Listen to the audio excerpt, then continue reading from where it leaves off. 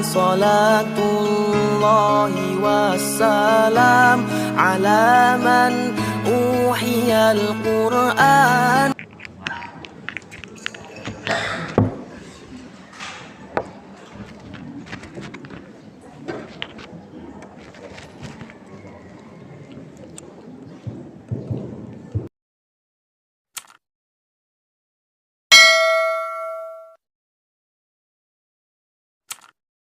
Alhamdulillahi wa kafa wa salatu wassalamu ala nabiyyil mustafa wa ala alihi wa sahbihi ahli sidqi wal wafa. Ashhadu an la ilaha illallah wahdahu la syarikalah wa ashhadu anna Muhammadan abduhu wa rasuluh.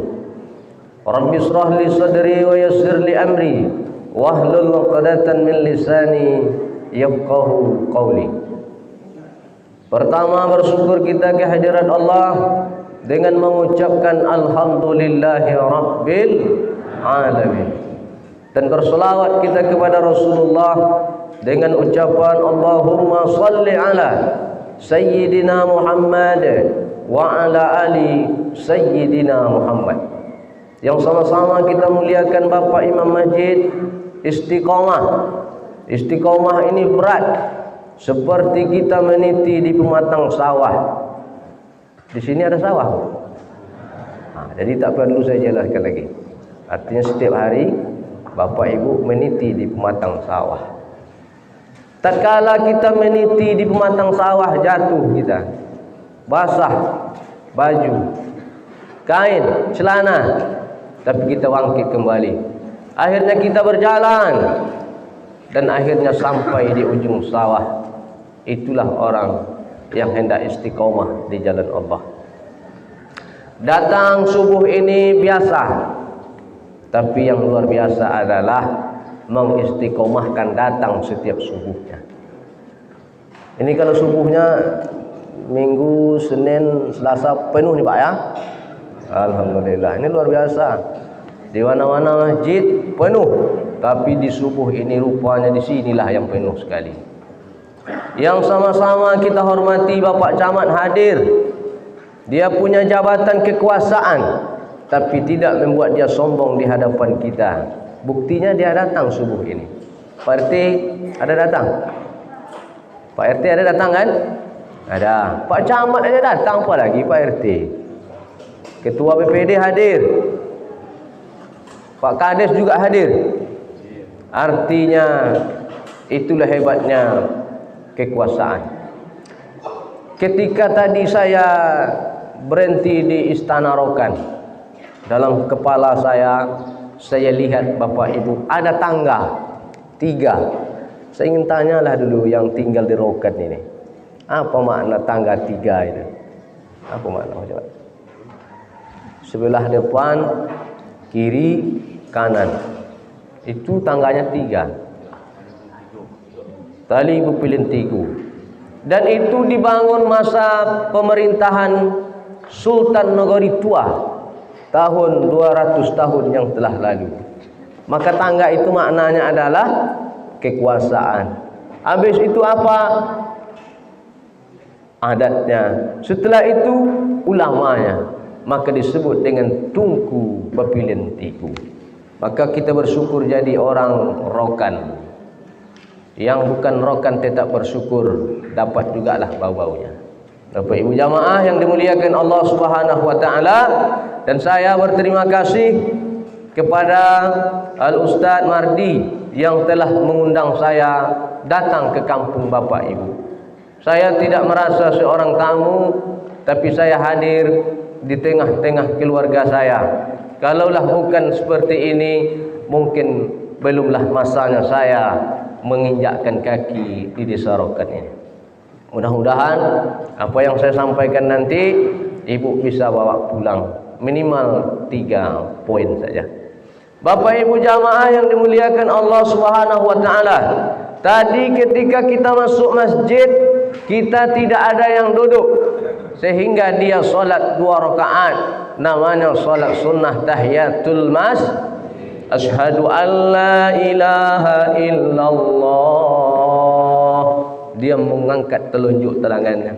Apa maknanya? Aku bersaksi tiada Tuhan selain Allah dan Muhammad adalah utusan Allah. Kita tak bisa melihat Allah, tapi kita yakin dan percaya, kita tunduk taat atas perintah Allah Subhanahu wa taala. Itulah maknanya kita mengangkat telunjuk, bukan berarti menengok telunjuk kawan. Berapa kali tadi Bapak Ibu? Solat tahiyatul masjid. Setelah itu solat 2 rakaat. Solat apa namanya? Qabla subuh. Berarti sudah 2 kali kita bersyahadat. Dilanjutkan dengan solat subuh berjamaah. Berarti kita subuh ini sebelum terbit matahari kita sudah mengucapkan asyhadu alla ilaha illallah wa asyhadu anna Muhammadar Rasul. Ketika nanti menghadap Allah, yang kita ucapkan apa Bapak Ibu? La ilaha illallah. Lakinu mautakum la ilaha illallah.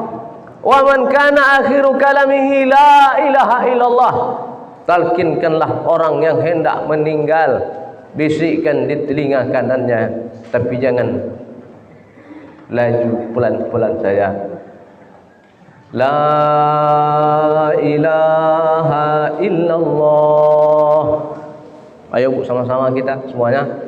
La ilaha illallah Muhammadur Rasulullah.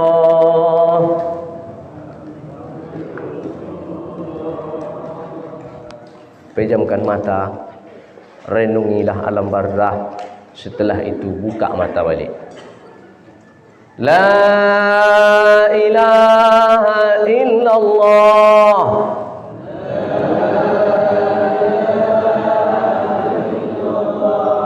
Muhammadur Rasulullah.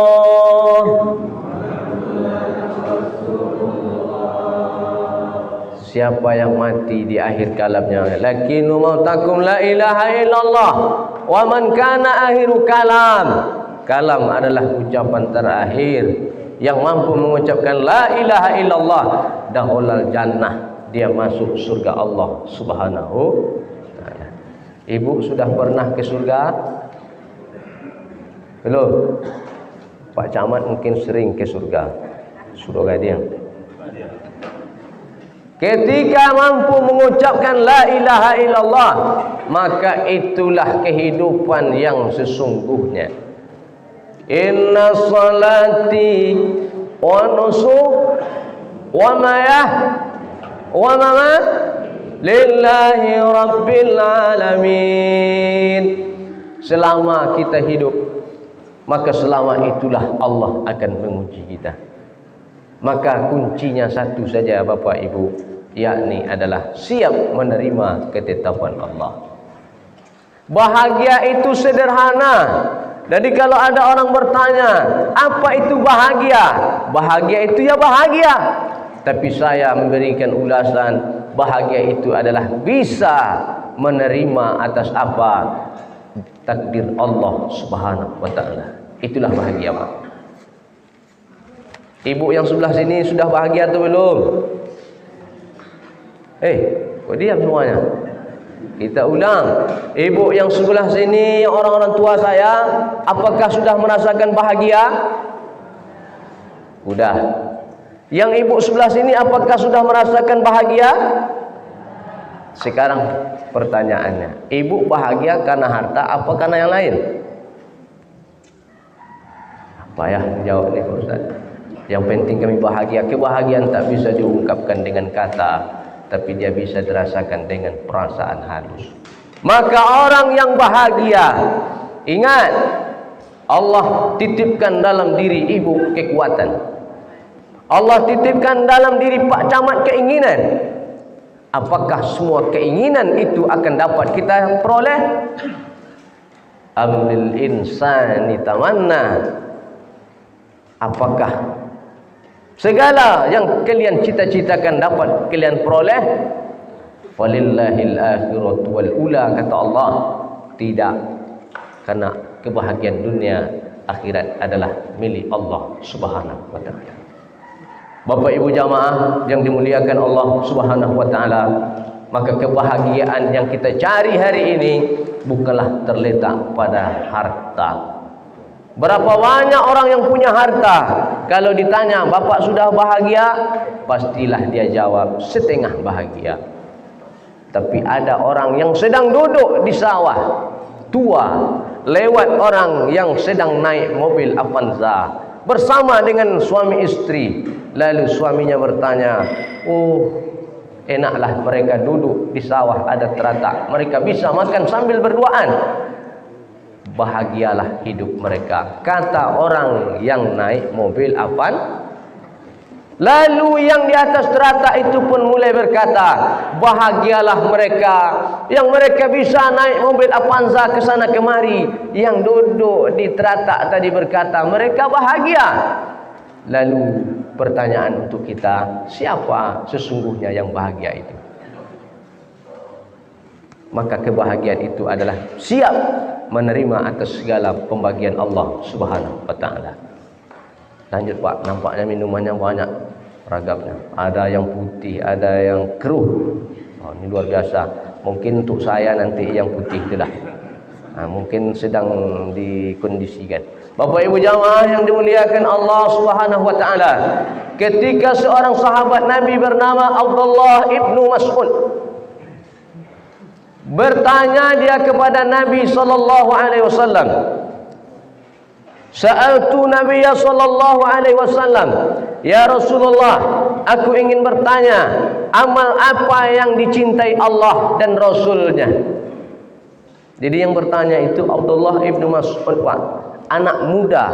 Dia bertanya kepada Rasulullah, bukan kepada Abu Bakar, bukan kepada Umar, bukan kepada Utsman. Padahal Ali adalah gudang ilmu, tapi dia langsung bertanya kepada orang yang tidak pernah berdusta.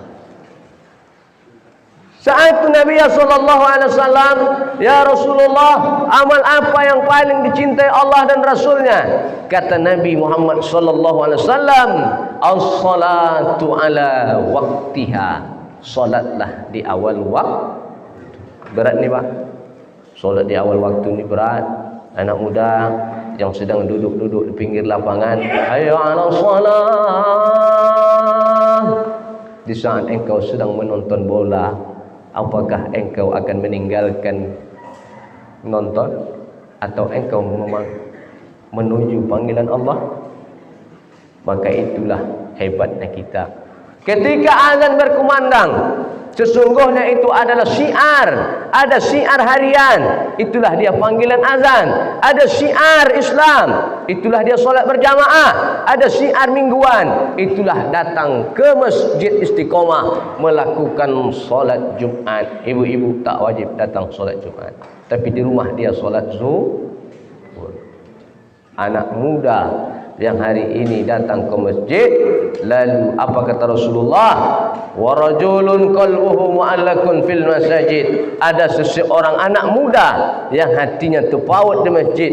Makna terpaut itu Bapak Ibu, ketika dia di kantor, ketika dia di sawah, di saat azan berkumandang, semua aktivitas dia tinggalkan, lalu datang dia ke Masjid Istiqomah. Itulah hebat anak muda. Kalau orang tua biasa Pak, orang tua biasa datang ke masjid, tidak ada luar biasa. Tapi anak muda yang datang ke masjid, maka dia adalah anak muda yang luar biasa. Takbir. Yang anak mudanya hilang, yang tua-tua yang nampak. Takbir. Nabi kalau takbir, takbir, Nabi menunjuk. Ada orang takbir, dikepal tangannya, artinya apa maknanya? Kekuatan penuh. Bapak Ibu jamaah yang dimuliakan Allah, maka Abdullah ini pun bertanya, ya Rasulullah, amal apa yang paling dicintai Allah? Kata Nabi, as-salatu ala waqtiha. Salatlah engkau di awal waktu. Salat di dalam waktu beda Pak dengan salat awal waktu. Salat di dalam waktu beda. Zuhur masih bisa salat jam 3.30. Tapi as-salatu ala waktiha, solat di awal waktu. Jangan pernah solat di dalam waktu. Kalau solat di dalam waktu, itulah dia. Solat zuhur jam 3.30, solat asar jam 5.30, solat maghrib jam 7, solat subuh jam 7. Dikira solat duha, rupanya masih solat subuh. Tapi saya tengok tadi anak-anak muda yang luar biasa. Ini anak muda ini perlu kita support, Pak. Anak muda ini perlu kita bantu dia.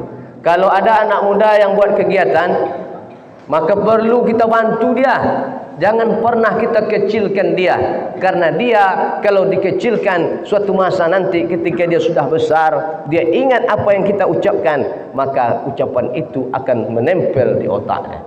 Jadi jangan pernah kita kucilkan anak muda selagi dia bisa berkarya. Saya tengok tadi, karya anak muda. Apa karyanya? Apa karyanya? Ada tertulis papan tadi. Apa tu Ustaz? Terus itu tadi Pak Camat, karya anak rokan.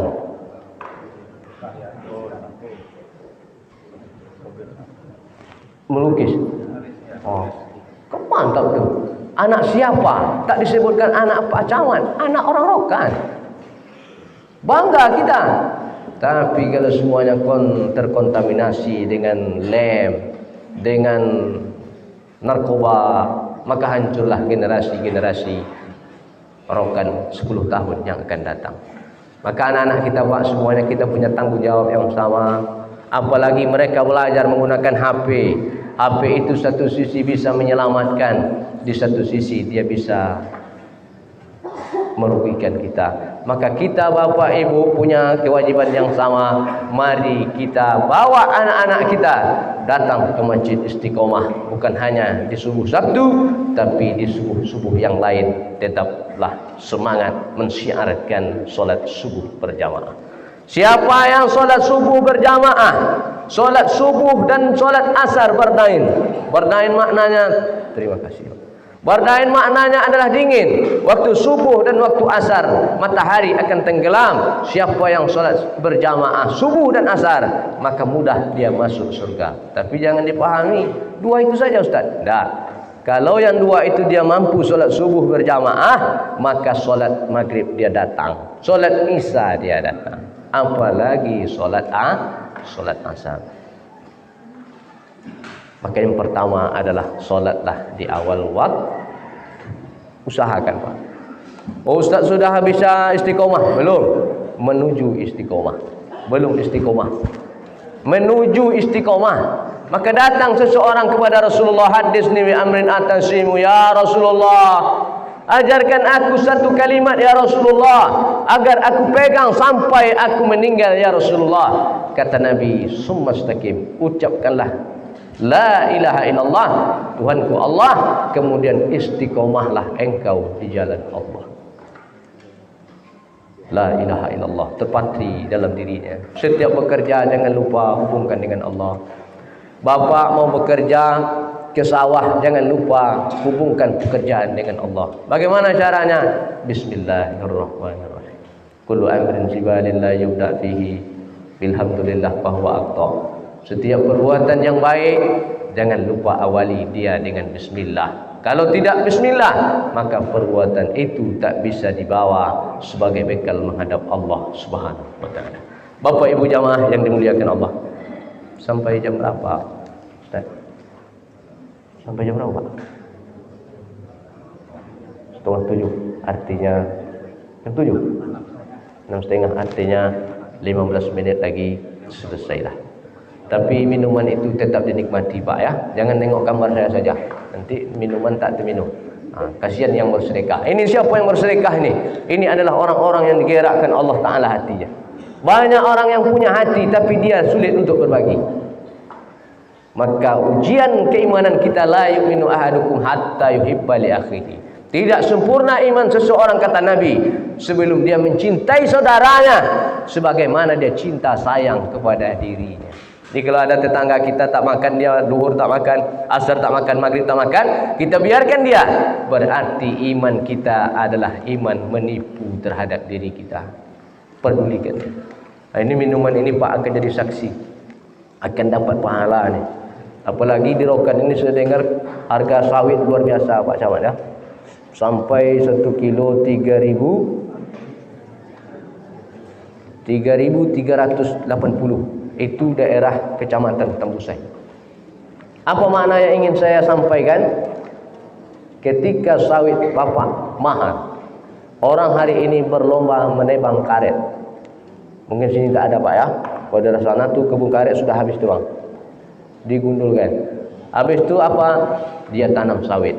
Karena sawit mahal. Tiba-tiba setelah sawit ditanam, turun harganya Rp800. Karet sudah habis ditebang, harga sawit Rp800. Coba bayangkan, kalau tak siap menerima takdir Allah, dua kemungkinan Pak. Kalau tidak gila, stres. Jadi beda gila sama stres. Kalau gila itu akalnya ada tapi akal tak fungsi. Kalau stres, itu yang kita banyak nih Pak. Aku stres. Ngapa stres? Beli pupuk mahal, pupuk mutiara dah 500 sekian. Itu kan. Tapi kalau kita siap menerima atas semua yang ditakdirkan Allah, mau mahal sawit, pupuk, kita tetap bersyukur kepada Allah Subhanahu wa taala. Yang kedua, ya Rasulullah, setelah engkau sebut salat berjamaah tepat waktu, summa ayyu, apalagi ya Rasulullah? Maka Rasul katakan birrul walidain, berbuat baiklah kepada ibu.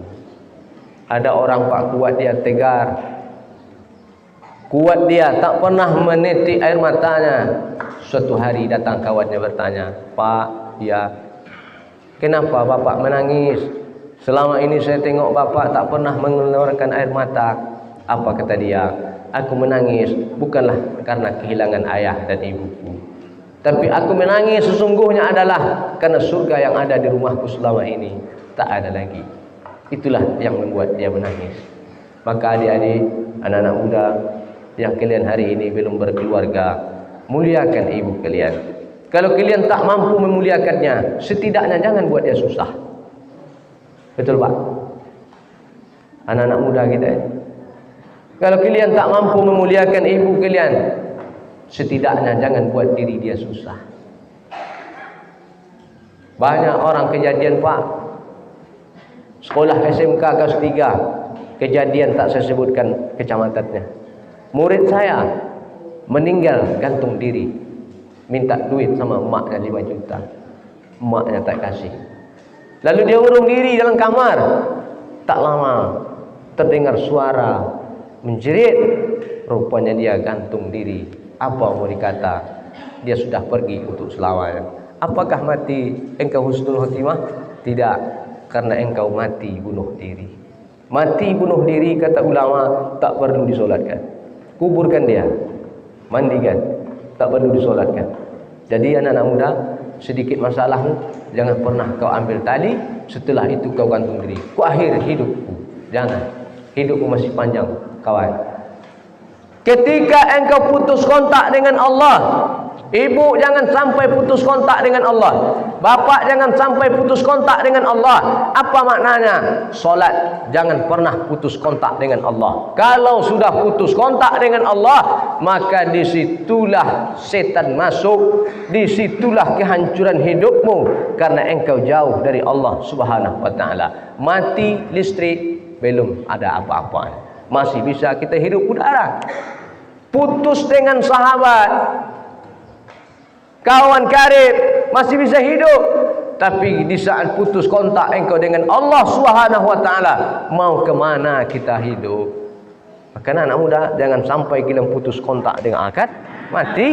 La haula wala quwwata. Artinya diuji kita ini. Apakah kita bisa bertahan? Inilah dia barang yang hidup. Listrik pun mati dia.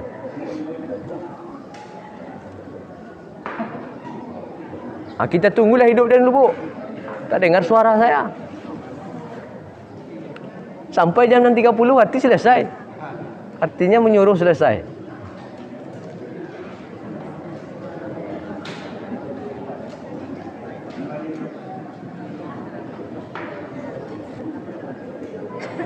Tapi saya tidak menyinggung PLN tadi. Kok dia mati Pak? Artinya dia bukan tersinggung. Konslet mungkin dia. Bapak Ibu jamaah yang dimuliakan Allah, maka muliakanlah ibumu. Uwais Al-Qarni di saat dia minta, ibunya minta, "Ya Uwais, ibu hendak berangkat ke tanah suci." Apa kata Uwais? "Baik, Mak." Apa yang dilakukan? Dia beli itu domba kecil, dia buat rumahnya di atas bukit. 2 hari dia turun naik di atas bukit sampai masanya ibadah haji. Dia gendong ibunya sampai ke tanah suci. Artinya apa? Metode dia digendong anak domba. Domba itu semakin hari semakin besar. Dia tidak merasakan kesusahan dan kepayahan. Tapi di saat itulah dia belajar. Di saat sampai bulan haji, dia gendong ibunya sampai ke tanah suci. Apa kata ibunya? "Uwais, apakah engkau tidak meminta di depan Ka'bah?" Kata anaknya, "Enggak, Mak. Mak sajalah yang meminta kepada Allah. Kalau Mak yang meminta, maka doa Mak kabul." Maka ibu-ibu kalau sedang marah, la tahdab, jangan marah. Ada seorang bertanya ke Rasulullah, "Ya Rasulullah, ajarkan aku satu amalan." Kata Nabi, la tahdab, la tahdab, la tahdab. Jangan marah, jangan marah, jangan marah. Jadi ibu kalau sedang marahnya berdiri, bawalah duduk.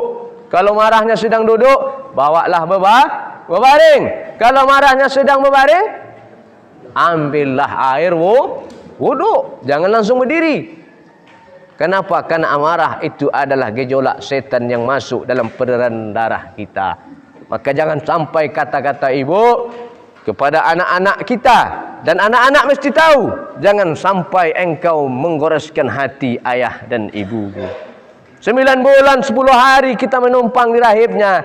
Tidak pernah dia meminta ingin belikan rumah yang mewah. Tapi yang dia minta apa? Anakku, nanti kalau mak meninggal, ayah meninggal, engkaulah yang jadi imamnya. Takbirnya 4 kali. Itu anak yang paham. Tapi di saat, terima kasih. Tapi di saat anak yang tidak mau belajar, fardu kifayah dia tak mau belajar, ada di masjid Istiqomah dibuat, dia tak mau datang. Maka saya sampaikan kepada anak-anak muda, ilmu itu bukan untuk orang yang sekolah, tapi ilmu itu untuk orang yang belajar. Berapa banyak orang yang sekolah, ketika guru menerangkan fardu kifayah, dia asik-asik main. Ketika dia tamat, ditanya solat fardu kifayah, dia tak faham. Maka ilmu itu adalah untuk orang belajar, bukan untuk orang yang sekolah. Setuju Pak? Alhamdulillah. Nah, anak-anak muda, bangkitkan semangatmu. Bangga kita jadi orang Rokan. Karena apa? Karena Sultan Nagari Tuo telah membangun istana. Dan istana itu adalah bukti sejarah yang nyata. Jangan sampai nanti keluar ditanya apa itu sejarah Istana Rokan. Sebentar ya, saya cari dulu Google. Kalau ada di Google alhamdulillah. Kalau tak ada Pak, kan payah kita. Maka sejarah ini mesti kita bangkitkan. Karena sejarah orang bisa termotivasi. Sejarah Tuan Syekh Yahya Ansaruddin ada di Kecamatan Kepenuhan. Dulu diangkat dia menjadi seorang Perdana Menteri kerajaan, tapi dia tolak. Kenapa? Karena itu bukanlah kemauan dia. Dia ingin menuntut ilmu ke Malaya sampai ke tanah Jawi, Malaysia, sampai ke Makkah Al-Mukarramah. Setelah pulang dia dari Mekah, lalu dia buat kutak. Dan hari ini Bapak Ibu kalau ke Kota Tengah, tengoklah Madrasah Sanawiyah. Itu adalah peninggalan daripada Tuan Syekh Yahya Ansaruddin. Bukan orang hebat, tapi dia meninggalkan kenangan yang manis untuk masyarakat yang ada kehidupan di Kepenuhan. Manusia mati meninggalkan nama, harimau mati meninggalkan gading gajah, harimau mati meninggalkan belang. Nampaknya ibu-ibu semangat rupanya. Saya tes dia, rupanya nyambung. Itu hebatnya. Tapi pulang setelah ini nanti, jangan diulang itu lagi. Gajah mati meninggalkan gading, harimau mati meninggalkan belang, manusia mati meninggalkan nama. Tapi nama mesti ada 2, baik buruk, itu adalah pilihan kita. Anak muda, kalau engkau ingin meninggalkan nama, maka tinggalkan nama yang baik, terkhusus di tempat engkau tinggal. Jangan jadi sampah masyarakat. Maka lewat suara Hondanya seperti suara roket. Nanti orang berkata, matilah kau. Aku sedang solat, matilah kau. Berapa banyak orang tersinggung karena kanal pot Hondamu. Mulai hari ini itu gantilah, pasanglah yang asli. Jepang itu mantap. Dia buat kaca spion, Pak. Supaya apa? Supaya kita tak menengok ke belakang. Datanglah orang Indonesia, dibuangnya spion, dibelinya spion yang di luar standar. Itu hebatnya Jepang, hebat pula kita lagi. Maka insya Allah anak-anak muda rokan tak seperti itu. Amin. Nah, nampaknya dah selesai. Yang terakhir, ya Rasulullah, amal apa yang paling dicintai Allah? Yang ketiga, kata Nabi, jihad fisabilillah. Berjihadlah engkau di jalan Allah. Hari ini jihad tak lagi mengangkat senjata, tapi kita jihad dengan harta. Kalau ada harta ibu, jihadlah dengan harta. Kalau ada ilmu Allah titipkan, jihadlah dengan ilmu. Harta tak ada, ilmu tak ada, apakah masih bisa berjihad? Masih. Jihadlah engkau dengan tenaga. Orang besar, ketika ada undangan Pak RT, kita gotong royong membersihkan selokan parit, kita datang, artinya kita jihad dengan kekuatan. Kekuatan tak ada, ilmu tak ada, harta tak ada. Apakah masih bisa jihad? Masih bisa. Berjihadlah dengan doa yang terbaik dari Bapak. Lisan yang selalu bangun tengah malam, ibu-ibu yang selalu mengaji zikir. Maka jangan lupa doakan orang-orang yang soleh. Doakan Pak Imam, doakan penguasa kita agar dia tetap berada dalam jalan Allah Subhanahu wa ta'ala. Itulah yang dapat saya sampaikan. Terima kasih saya ucapkan kepada ibu jamaah, karena kondisi memang agak kurang sehat Pak Imam. Batuk ia juga, bosin ia juga, pagi-pagi bosin, konea ia sojuk bosin Pak. Itulah sampai 7 tahun penyakit Pak. Ulun saya sehat dah. Datang ke dokter apa? Kata dokter itu alergi dingin. Bapak tak bisa menyentuh air. Matilah tu. Tak pakai mandi. Jadi rupanya alergi dingin ini Pak, menyentuh air di waktu subuh tak bisa saya. Bersin saya. Makanya saya tak mau jadi imam itu bukan karena saya sombong tak, karena saya bersin. Nanti kalau saya bersin, ghairil maghdubi alaihim waladdallin. Bersin saya di saat itu. Bacaan saya bisa keliru. Maka lebih baiklah Pak Imam tadi yang imam. Itulah yang dapat saya sampaikan. Mari sama-sama kita berdoa. Ibu yang mengangkat tangan, bapak yang mengaminkan. Bukan karena doa saya, tapi karena lisan bapak selalu baca Al-Quran. Ibu selalu tangan bersedekah. Mungkin di saat itulah doa kita diijabah Allah Subhanahu wa ta'ala. Linnabi ahlihi wa sahbihi wa ummati kiramil Fatihah. A'udzu billahi minasyaitonir rajim. Bismillahirrahmanirrahim. Alhamdulillahi rabbil alamin. Ar-Rahmanir Rahim. Maliki yaumiddin. Iyyaka na'budu wa iyyaka nasta'in. Ihdinas siratal mustaqim. Siratal ladzina an'amta 'alaihim ghairil maghdubi 'alaihim waladdallin. A'udzu billahi minasyaitonir rajim. Bismillahirrahmanirrahim. Alhamdulillahi rabbil alamin. Wassalatu wassalamu ala asrafil anbiya'i wal mursalin wa ala alihi wa sahbihi ajma'in. Allahumma salli ala sayyidina Muhammad wa ala ali sayyidina Muhammad. Allahumma ighfir lana ya Allah dzunubana wa li walidayna warhamhuma kama rabbayana shaghira wa li jami'il muslimina wal muslimat wal mu'minina wal mu'minat al ahya'i minhum wal amwat birahmatika ya arhamar rahimin. Allahumma ja'al auladana auladan salihina hafizina lil Qur'an wa sunnati fuqaha fid din hayatuhum mubarakan fid dunya wal akhirah birahmatika ya arhamar rahimin. Allahumma tawil umrana wa sahih ajasadana wa nawwir qulubana wa sabbit imanana wa ahsin a'malana wa wazi arzaqana birahmatika ya arhamar rahimin. Ya Allah, pada subuh ini kami tadahkan tangan kami ke arasmu ya Allah. Ampunkan segala dosa hilaf kami ya Allah, dosa tersembunyi maupun terang-terangan ya Allah. Ampunkan dosa zahir batin kami ya Allah. Ampuni dosa kedua orang tua kami ya Allah, yang ayah kami namanya dibintikan kepada kami ya Allah. Siang malam pergi petang mencari nafkah ya Allah. Sehatkan badannya ya Allah. Allahumma ya Allah, ampunkan dosa para guru-guru kami ya Allah. Selamatkan mereka ya Allah. Berkat ilmu mereka selamatkan kami ya Rahman ya Rahim.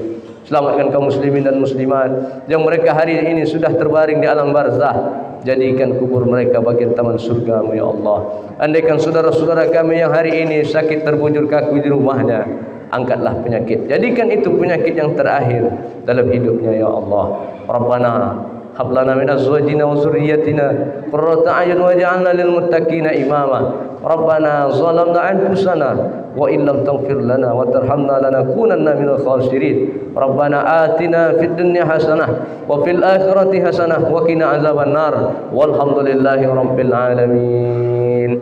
Taqabbalallahu minkum minna wa minkum taqabbal ya karim. Terima kasih. Assalamualaikum warahmatullahi wabarakatuh. Salatullahi wassalam ala man uhiyal